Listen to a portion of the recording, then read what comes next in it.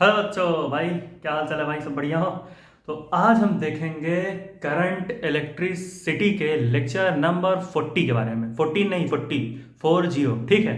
तो इस 40वें लेक्चर में भी हम डिस्कस कर रहे थे electrical power and energy, sorry electrical energy and power के बारे में। तो इलेक्ट्रिकल एनर्जी और पावर में हमने अब तक 3 लेक्चर लाए। ठीक है। करंट इलेक्ट्रिसिटी के 40वें लेक्चर में ये तीसरा टॉपिक है, इलेक्ट्रिक एनर्जी और पावर का। जहां पर हमने पहले लेक्चर में डिस्कस किया था इलेक्ट्रिकल एनर्जी और पावर के कि भाई कॉन्सेप्ट्स क्या होते हैं, basic concepts of electrical energy and power को देखा। फिर हमने देखा भाई कि कुछ बेसिक लेवल के न्यूमेरिकल्स इसी कॉन्सेप्ट के ऊपर बेस्ड। फिर उसके अगले लेक्चर में हमने डिस्कस किया advance numericals based on electrical energy and power.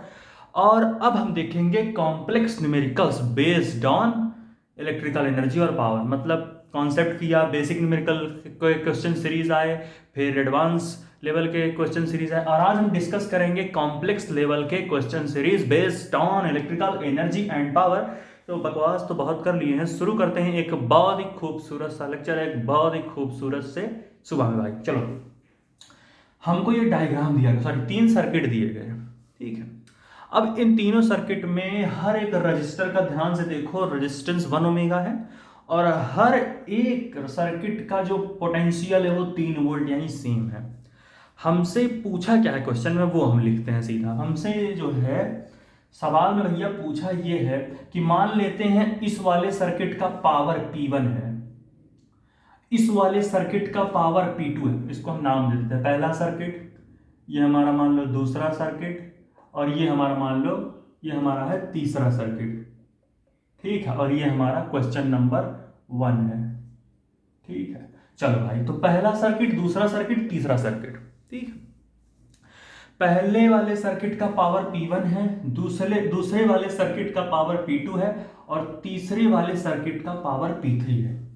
तो हमसे सवाल में सिंपली भाई ये पूछा कि बताओ पावर का ऑर्डर क्या होगा तीनों सर्किट का। ऑर्डर मतलब P1 is greater then P2 is greater then P3 है, या फिर P2 is greater than P1 is greater then P3 है। मतलब कि किसका पावर सबसे ज्यादा है, फिर उसके बाद किसका कम, फिर उसके बाद सबसे कम किसका पावर है, हमें ये बताना है। क्वेश्चन समझ में आ गया? ऑर्डर ऑफ पावर बताता है तीनों का।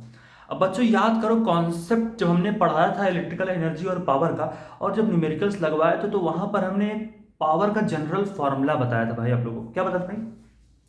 पावर का हमने जनरल फॉर्मूला पढ़ा था कि P इक्वल्स टू होता है वोल्टेज और करंट का प्रोडक्ट। कि भाई किसी भी सर्किट में कितना पोटेंशियल है और उस सर्किट में कितना करंट फ्लो हो रहा, उन दोनों का अगर हम प्रोडक्ट निकालेंगे, फिर उन दोनों को मल्टीप्लाई करेंगे, तो हमें पावर की वैल्यू मिल जाती है। ठीक है। और हमने क्या किया था, ध्यान रखना क्वेश्चन लगाने का ट्रिक, हमने ओम्स लॉ अप्लाई करके पावर के 3 फॉर्मूले निकाले थे। हालांकि आज एक फॉर्मूला डिराइव करेंगे और उसी के ऊपर ये सारा क्वेश्चन हो जाएगा। देखो कैसे। हम क्या जानते हैं कि ओम्स लॉ के अकॉर्डिंग पोटेंशियल इक्वल टू होता है, इसको स्मॉल आई लिखते हैं, पोटेंशियल इक्वल टू क्या होता है, करंट इंटू रेजिस्टेंस, तो I इंटू आर। अब हम क्या करेंगे, यहां से I की वैल्यू क्या निकलेगी, इस वाले फॉर्मूले से, इस वाले फॉर्मूले से I की वैल्यू निकलेगी V अपॉन आर। क्या हम एक काम कर सकते हैं, पावर के जो ये वाला फॉर्मूला हमने निकाला है, यहां पर जो I की वैल्यू है V अपॉन आर नहीं रख सकते? बिल्कुल रख सकते हैं। तो हम क्या करेंगे, इस P2 को थोड़ा इधर लगाते हैं, अंदर लिख देते हैं, कोई दिक्कत नहीं। तो पावर इक्वल टू क्या हो जाएगा, हेंस V इंटू I की जगह V अपॉन आर, तो V अपॉन आर। और फॉर्मूला क्या निकल के आएगा, यहां से फॉर्मूला निकल आएगा V into v square upon r, यानी पावर का फॉर्मूला यहां होगा V स्क्वायर अपॉन आर। कहोगे सर ये फॉर्मूला क्यों निकाले? फॉर्मूला हम इसलिए निकाले कि जिस भी सर्किट का रेजिस्टेंस इन तीनों में से सबसे ज्यादा होगा, उसका पावर सबसे कम होगा। क्यों भाई? यहां पर देखो पावर और आर के बीच इनवर्स रिलेशन। इनवर्स रिलेशन मतलब कि पावर तुम्हारा देखो ऊपर है और आर इसके डिनोमिनेटर में आ रहा, यानी इससे सीधा सो रहा कि पावर जो है रेजिस्टेंस के इनवर्सली प्रोपोर्शनल है, क्योंकि भाई ये डिनोमिनेटर में रेजिस्टेंस तुम्हारा दिया गया है। और अगर भैया ये डिनोमिनेटर में है तो मतलब सीधा कहानी होता है कि इनवर्सली प्रोपोर्शनल है दोनों। इनवर्सली प्रोपोर्शनल मतलब कि अगर पावर ज्यादा होगी सर्किट की तो उस सर्किट का रेजिस्टेंस उतना ही कम होगा। तो हम एक काम करते हैं, इसका इक्विवेलेंट रेजिस्टेंस निकालते हैं, इसका इक्विवेलेंट रेजिस्टेंस निकालते हैं और इसका भी इक्विवेलेंट रेजिस्टेंस निकालते हैं। और जिस भी सर्किट का इक्विवेलेंट रेजिस्टेंस सबसे कम आएगा, इसके मुताबिक उस सर्किट का पावर सबसे ज्यादा होगा। और इस तरीके से हम ऑर्डर ऑफ पावर निकाल लेंगे। ठीक है, ऑर्डर ऑफ पावर मतलब किसकी ज्यादा किसकी कम, क्या पावर। ठीक है, चलो तो हम इसका इक्विवेलेंट रेजिस्टेंस निकालते हैं पहले यहां से। ठीक है, अब क्या करोगे, अगर ध्यान से देखो इस सर्किट में, तीनों सर्किट सॉल्व करेंगे, चिंता ना करो। इसको ऊपर यहां पर लिख दे क्या डायरेक्ट, इसको इरेज कर, चलो शब्द बाद में देखेंगे। देखो यहां पर पहले अगर ध्यान से देखो तो यहाँ व्हीटस्टोन ब्रिज बन रहा। कैसे, क्योंकि हर एक तुम्हारा जो भी हर एक रजिस्टर का रेजिस्टेंस है वो सेम है। और एक तरीके से देखो बैलेंस व्हीटस्टोन ब्रिज बन रहा है। कैसे, देखो यहां पर एक पॉइंट मान सकते हो ए। देखो यार व्हीटस्टोन ब्रिज टाइप सवाल करना सिखाए हैं ना कैपेसिटर के ऊपर पिछले लेक्चर्स में, तो हाँ तो करंट में भी पढ़ाया है ना, तो देख क्यों नहीं, तुम पढ़ लो ना, बताए तो है ना, ऐसे ही करते थे ना सॉल्व। तो मान लो ये ए पॉइंट है पहला, देखो ये कनेक्शन यहाँ, तो यहाँ ए पॉइंट मान लो। फिर एक बार यहाँ कनेक्ट होकर आया है तो इसको एक्स पॉइंट मान लो। फिर एक यहाँ एक बार कनेक्ट होकर आया है तो इसको वाई पॉइंट मान लो। फिर एक बार यहाँ कनेक्ट होकर आया है तो इसे बी पॉइंट मान लो। यानी ये सारे रेजिस्टेंस एक तरीके से ए और बी के बीच में है घूम फिर के। तो एक काम करते हैं, अब हम व्हीटस्टोन ब्रिज बनाते हैं। व्हीटस्टोन ब्रिज कैसे होती थी कि भैया सबका रेजिस्टेंस सेम होता था और पतंग के शेप में आता था। तो यहाँ एक पॉइंट बनाओ ए, ये ए, और यहाँ एक पॉइंट बनाओ बी, ये बी। अब देखो ये वाला रजिस्टर ए और एक्स के बीच में, ये वाला रजिस्टर ए और एक्स के बीच में, सॉरी एक यहाँ भी पॉइंट बना लो एक्स और एक यहाँ पॉइंट बना लो वाई, क्योंकि एक्स और वाई भी तो है, एक्स और वाई, तो एक्स और वाई यहाँ। अब ये वाला रजिस्टर जो है ए और एक्स के बीच में, तो ऐसे आओ टिंग डिंग डिंग डिंग डिंग, ऐसे जाओ।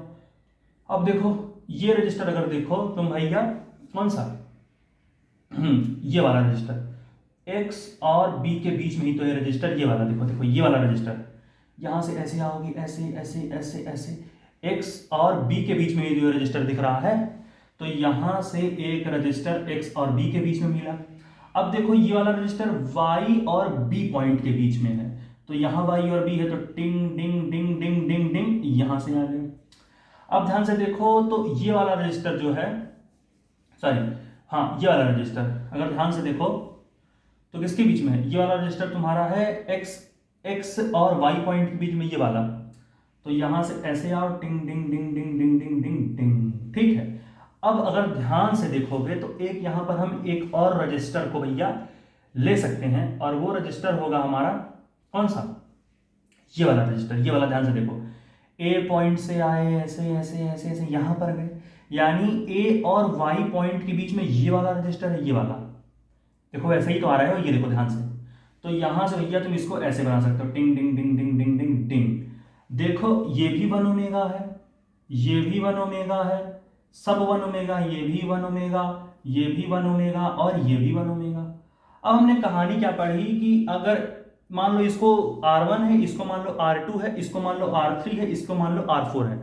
अब हमने व्हीटस्टोन ब्रिज कंडीशन में पढ़ा था कि अगर भैया R1 मान लो ये R1 है अपॉन R2, ये R2, मान लो ये R3 है, R3, और मान लो ये R4 है, अगर इन दोनों का रेशियो सेम आएगा, सेम मतलब नहीं, सेम नहीं मतलब अगर इन दोनों का रेशियो निकालने पर इस वाले रेजिस्टेंस के बीच वाले रेजिस्टेंस के बराबर आएगा, तो हम इस वाले रजिस्टर को काट देंगे, इसको नेग्लेक्ट कर देंगे और इसका इसका इसका इसका कॉम्बिनेशन निकाल के इक्विवेलेंट रेजिस्टेंस का सॉल्व कर लेंगे। तो देखो R1 कितना है 1 है, R2 भी कितना है 1 है, R3 कितना है 1 है, R4 कितना है 1 है, और काट पीट के वही 1 ही तो आएगा 1। ये भैया बीच वाले रजिस्टर के बराबर आ गया इन रेजिस्टेंसेस का रेशियो। इसका मतलब हम व्हीटस्टोन ब्रिज में क्या रूल लगाते थे, ये रूल था पढ़ाया तुमको भाई, ये कट कर देते थे, नेग्लेक्ट कर देते थे इसको, यानी इसको हम यहां से हटा सकते हैं क्योंकि यहाँ व्हीटस्टोन ब्रिज कंडीशन बन रही है। व्हीटस्टोन ब्रिज कंडीशन क्या है भाई कि इसका और इसका रेशियो और इसका और इसका रेशियो बराबर आ जाए बीच वाले रेजिस्टेंस के रेशियो के बराबर। तो इस रेजिस्टेंस को हम बहुत ही खूबसूरती से हटा देंगे। और अब देखो सवाल कितना आसान लगेगा, देखो अगर ध्यान से बच्चों इसको रेस करें, चल भाई अब अगर यहाँ ध्यान से देखो तो ये वाला रजिस्टर और ये वाला रजिस्टर सीरीज में है। क्यों भाई? क्योंकि दोनों में सेम करंट फ्लो होगा। क्यों? क्योंकि एक ही वायर से जुड़े हैं। देखो ऐसे, इसको फील करो, एक ही वायर से तो जुड़े मेरे भाई। देखो ऐसे, ये देखो ये दोनों सीरीज में हो गए, और उसी तरीके से ये दोनों रजिस्टर भी सीरीज में ही दिख रहे हैं। ठीक है, तो सीरीज कॉम्बिनेशन हम क्या करते थे, R1 प्लस R2, तो इन दोनों का कितना हो जाएगा 2, 1 plus 1 2, 1 omega plus 1 omega 2 omega. भाई ये दोनों सीरीज में, सीरीज कॉम्बिनेशन में क्या होता था, equivalent resistance R1 plus R2, तो 1 ओमेगा 2 ओमेगा, और ये 1 ओमेगा 2 ओमेगा। अब ये सीरीज में था 2 बना, ये भी दोनों सीरीज में थे 2 बने। अब 2 और यहां भी 2 हो गया। देखो ऐसे कुछ इस तरीके से कहानी बनेगा। अब कैसे हो जाएगा, ये ऐसे तो कुछ बनेगा। देखो ध्यान से देखो, ये देखो 1 और 1 कितने हो गए, 2 ओमेगा, क्योंकि सीरीज में थे R1 प्लस R2। ये भी 1 ओमेगा, ये बन गया 2 ओमेगा, दोनों सीरीज में थे। लेकिन अब तो ये दोनों पैरेलल में हो जाएंगे ना, क्योंकि ये इधर ऐड होके ऐसे आ जाएगा, इधर से होके ऐसे नीचे आ जाएगा, तो दोनों पैरेलल में हो गए। अब पैरेलल कॉम्बिनेशन भी हमने एक कॉन्सेप्ट पढ़ा था कि अगर दो रजिस्टर दिए गए हों और दोनों पैरेलल में हों, तो उनका इक्विवेलेंट रेजिस्टेंस हम कैसे निकाल सकते हैं, R1 अपॉन R2 अपॉन में R1 प्लस R2। R1 कितना भैया 2 है, R2 कितना है 2 है, R1 2 R2 2, 2 इंटू 2 4, और 2 प्लस 2 4, कट पिट के आया 1। यानी इस पूरे सर्किट का जो इक्विवेलेंट रेजिस्टेंस है वो तुम्हारा आएगा 1 ओमेगा। छाप लो इसे भाई, अच्छे से समझ लो, तब हम अगले को सॉल्व करेंगे। यहां पर इसको इरेज करके लिख लिए, 1 2 3 4, पॉज करके नोट कर ले भाई, 1 2 3 4, पॉज करके नोट कर ले भाई। कर लिए पक्का सा? चलो तो इसको इरेज करते हैं, और इसका इक्विवेलेंट रेजिस्टेंस हमने निकाल लिया, जो कि है भैया 1 ओमेगा। इस सर्किट का जो इक्विवेलेंट रेजिस्टेंस है वो कितना आया, वो आ गया है 1 ओमेगा। थोड़ा साफ जगह लिखते हैं, पहले इसको इरेज करते हैं। ठीक है, समझ गए ना? चलो भाई, समझ में आई कि नहीं कहानी? चलो हाँ, इस वाले सर्किट का जो हमारा R इक्विवेलेंट आएगा वो कितना है, वो हमारा आ गया है 1 ओमेगा। ठीक, और ये P2 को बाहर लिख देते हैं ना, थोड़ा सा कंफ्यूज नहीं तो हो जाओगे। चलो इसका R इक्विवेलेंट कितना आया, 1 ओमेगा। अब हम देखेंगे इस वाले सर्किट का R इक्विवेलेंट। सिंपल सी बात है, ये और ये कैसे हैं, सीरीज में दिख रहे हैं, क्योंकि सीधा एक वायर से ही कनेक्ट है। इसमें भी I करंट जाएगा तो इसमें भी वही करंट जाएगा, तो 1 प्लस 1 2 ओमेगा हो गया। भाई सीरीज में R इक्विवेलेंट कितना होता है, R1 प्लस R2। ठीक है, तो 1 प्लस 1 2 ओमेगा। अब ये वाला और ये वाला भी वायर कैसे है, सीरीज में कनेक्टेड है, क्योंकि भाई सेम अमाउंट ऑफ करंट जाएगा। या फिर कॉमन सेंस लगाओ तो एक ही वायर से गए, ये कचक।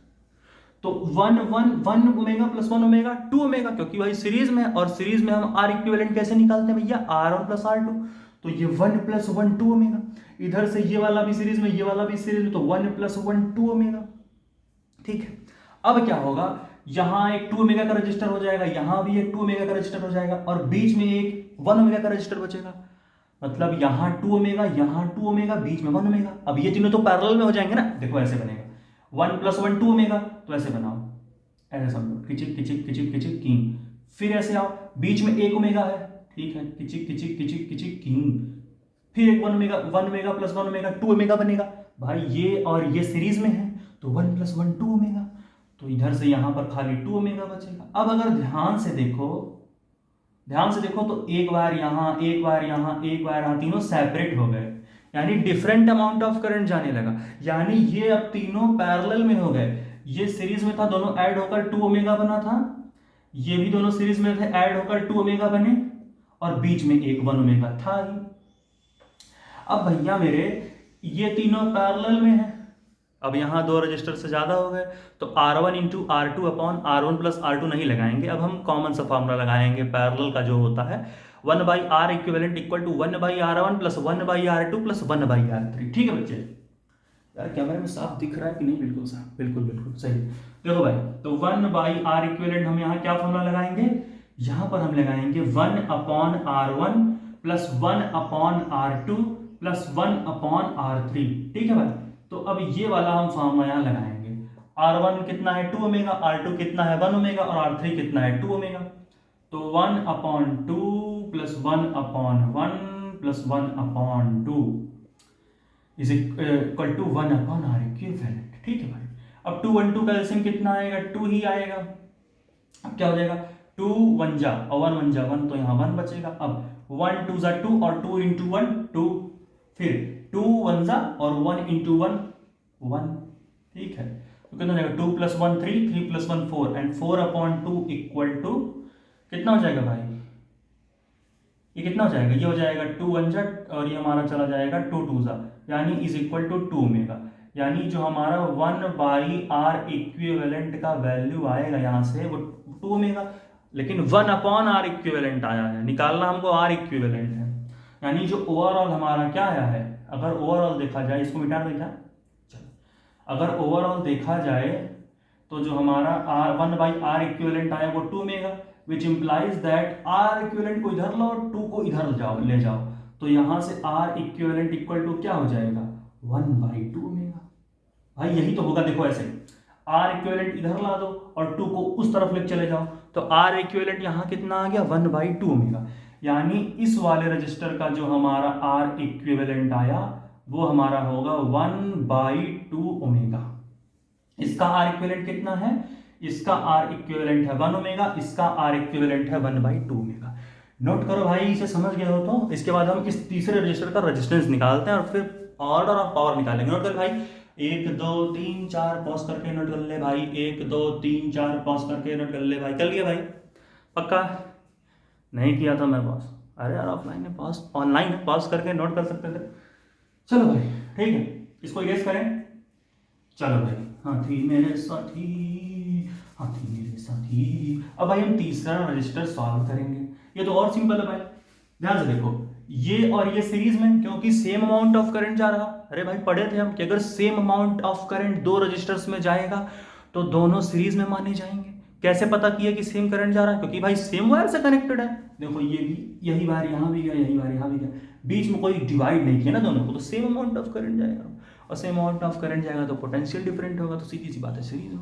और सीरीज में होगा तो हम आर इक्विवेलेंट कैसे निकालेंगे, r one plus r two करके, तो one omega plus one omega, क्योंकि दोनों सीरीज में है तो r one plus r two का लगा लो, तो one plus one two omega, इधर से ये और ये भी सीरीज में, तो one plus one two omega, क्योंकि यहां पर भी दोनों सेम वायर से connect, same amount of current जा रहा। समझ रहे हो कि नहीं बात को, ठीक है। तो भाई one plus one two omega, इधर से one plus one two omega, अब टू ओमेगा पैरेलल में हो जाएंगे। देखो ये one plus one two omega, तो कुछ ऐसे बना लो, टिंग डिंग डिंग डिंग डिंग डिंग डिंग, फिर ये one plus one two omega, तो ऐसे बना लो, टिंग डिंग डिंग डिंग डिंग डिंग डिंग। अब ये दोनों पैरेलल में हो गए, इधर से ए मान लो पॉइंट, इधर से मान लो बी पॉइंट है, ऐसे अपने से, ठीक है। अब वन प्लस वन, ये टू ओमेगा, इसको ऐसे भी लगा सकते थे लेकिन हमने ऐसे बना लिया, तो टू ओमेगा। अब टू और टू पैरेलल में, तो भैया क्योंकि देखो ये बीच में देखो, ये ऊपर ये नीचे, तो आर इक्विवेलेंट हो गया यहाँ पर पैरेलल में, तो वन बाई टू। अब क्यों लगाओगे, अब दो अगर दो रेजिस्टेंसेज हैं पैरेलल में, तो r one into r two upon r one plus r two लगा दो, कोई दिक्कत नहीं होगा ना। शॉर्टकट ये लगाते थे ना, r one into r two upon r one plus r two. तो भैया यहाँ पर देखो आर वन कितना टू, आर टू कितना टू, नीचे भी आर वन कितना टू, आर टू कितना two, is equal to two two सा कितना हो जाएगा हमारा, टू टू सा हमारा हो जाएगा फोर, ठीक है, और टू प्लस टू हो जाएगा फोर, ठीक है। तो इज इक्वल टू क्या हो जाएगा, इज इक्वल टू हो जाएगा तुम्हारा, ये आ जाएगा वन ओमेगा, सॉरी ऐसे यहाँ लिख लो, तो यहाँ से आर इक्विवेलेंट कितना आ जाएगा यहाँ पर, वन ओमेगा। अच्छा एक चीज़ है, यहाँ पर भी वन ओमेगा हो जाएगा, यहाँ पर भी वन ओमेगा। तो एक काम करते हैं, थोड़ा सा रेजिस्टेंस ना डिफरेंट लाना है ना, तभी तो ऑर्डर ऑफ पावर अलग अलग होगा, ठीक है। तो काम करते हैं कि ये भी सही है, ऐसा वन ओमेगा इसको भी रख देते हैं, वन ओमेगा इसको भी रख देते हैं, कोई दिक्कत नहीं है, ठीक है। वन ओमेगा रखो, फालतू छोड़ो रहने दो। तो आर इक्विवेलेंट इसका कितना आया, इसका आर इक्विवेलेंट आ गया तुम्हारा भैया वन ओमेगा, ठीक है, वन ओमेगा। अब देखो, अब देखेंगे किसका रेजिस्टेंस सबसे ज्यादा कम है तीनों में। जिसका रेजिस्टेंस सबसे ज्यादा कम होगा उसका पावर सबसे ज्यादा होगा, ये इनवर्स रिलेशन। जिसका आर इक्विवेलेंट सबसे कम होगा उस सर्किट का पावर सबसे ज्यादा होगा। इसमें ढूंढो, इसका आर इक्विवेलेंट कितना है, वन ओमेगा है ना, इसका आर इक्विवेलेंट है वन बाई टू ओमेगा, इसका आर इक्विवेलेंट है वन ओमेगा, ठीक है। इसका आर इक्विवेलेंट कितना है, वन ओमेगा, और दूसरे वाले सर्किट का कितना है, वन बाई टू ओमेगा, और तीसरे वाले सर्किट का कितना है, इसका भी वन ओमेगा है। इसका पावर P1, इसका पावर P2, इसका पावर P3। अब ध्यान से देखो, सबसे कम रेजिस्टेंस इसका है 1/2, 0.5 ओमेगा। सबसे ज्यादा रेजिस्टेंस इस वाले सर्किट का कम है, इसका मतलब इस वाले सर्किट का पावर सबसे ज्यादा होगा, यानी भैया P2 तो तुम्हारा बड़ा हो गया दोनों से। अब हम देखो सर्च करें, P1 1 ओमेगा, P3 भी हमारा 1 ओमेगा, यानी P1 और P3 के बीच हो गया टाई, यानी दोनों ही सेम पावर डिस्ट्रॉय, जिसमें मतलब सेम पावर डिसिपिएट होगा, या फिर कह सकते हो सेम पावर यहां पर डिस्ट्रॉय होगा दोनों ही सर्किट के थ्रू। यानी P2 is greater than P1 and sorry हाँ P1 एंड P3। ये हमारा ऑर्डर आ गया पावर का। मैंने कुछ गलत तो नहीं बोला ना? देखो, दूसरे का रेजिस्टेंस सबसे कम, इसका मतलब दूसरे वाले सर्किट का पावर सबसे ज्यादा, इसका मतलब P2 ग्रेटर है। अब भैया यहां पर देखें तो P1 में भी, P1 जो पहला वाला रजिस्टर लिए तो वहां पर भी रेजिस्टेंस की वैल्यू 1 ओमेगा थी, और तीसरे वाले सर्किट का भी जो रेजिस्टेंस का वैल्यू था वो 1 ओमेगा। यानी दोनों का जब रेजिस्टेंस सेम है तो दोनों का पावर भी सेम होगा।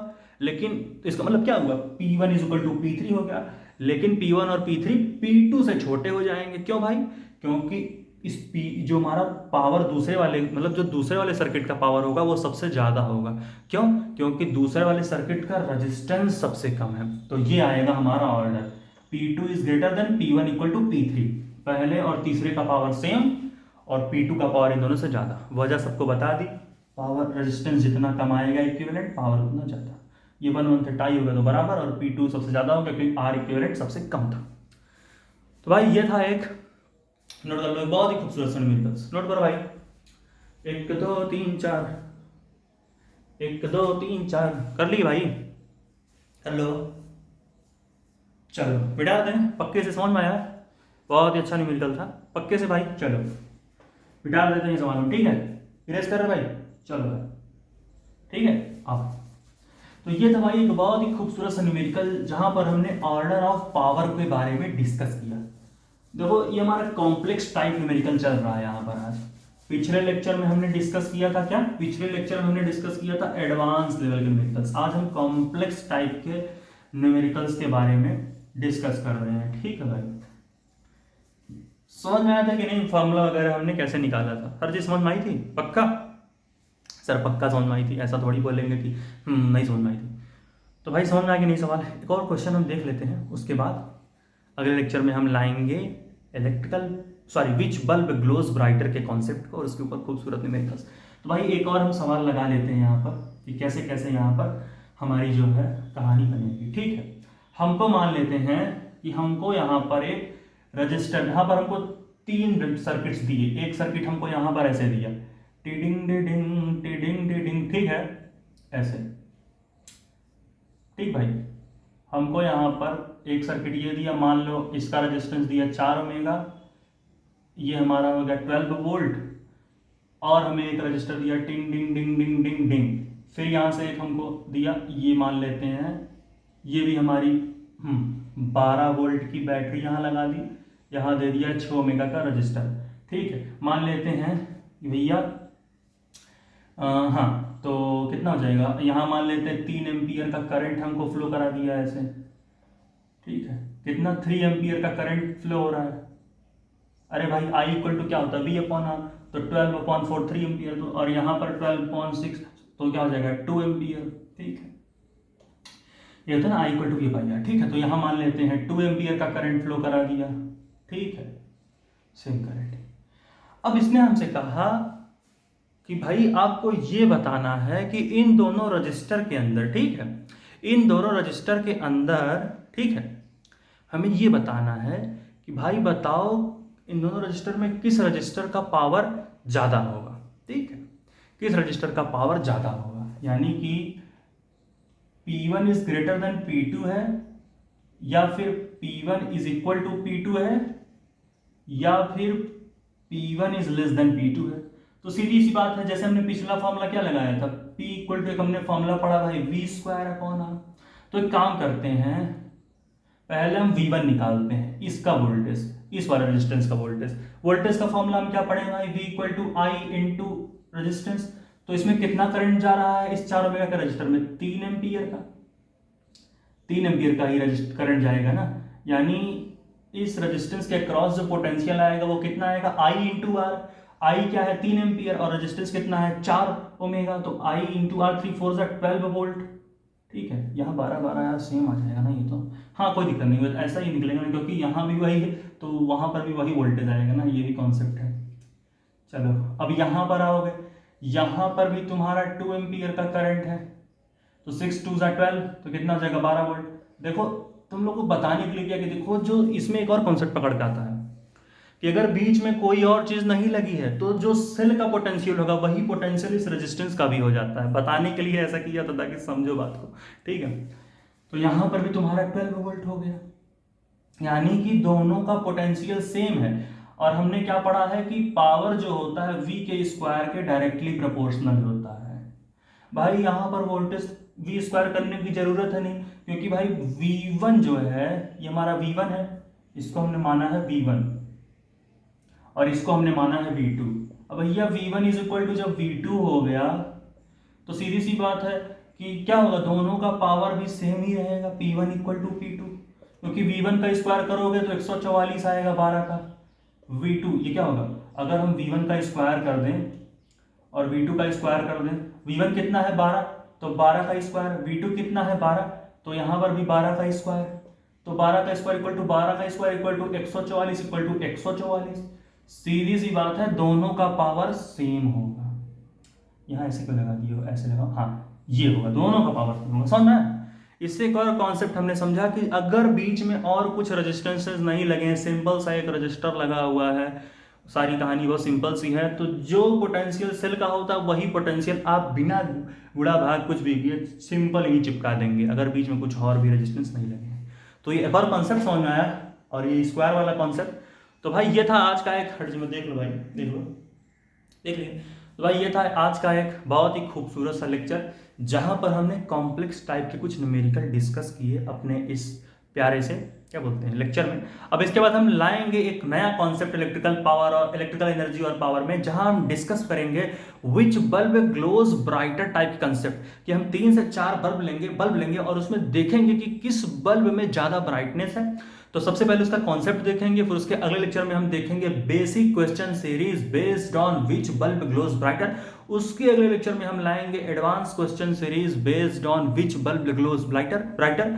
और उसके बाद हम एक लास्ट लेक्चर लाएंगे इलेक्ट्रिकल एनर्जी और पावर के ऊपर, जहां हम complex type numericals based on which bulb glows brighter के ऊपर। तो भाई ये था आज का एक बहुत ही खूबसूरत सा लेक्चर। मुझे लगता है भाई करंट इलेक्ट्रिसिटी के ऊपर 50 से 55 लेक्चर बनेंगे। आज हमने डिस्कस किया करंट इलेक्ट्रिसिटी का 40वां लेक्चर। तो भाई तब तक के लिए भाई पढ़ाई करते रहो, ऑल द वेरी बेस्ट, क्योंकि पढ़ाई ही प्यार है और प्यार ही भाई जिंदगी है।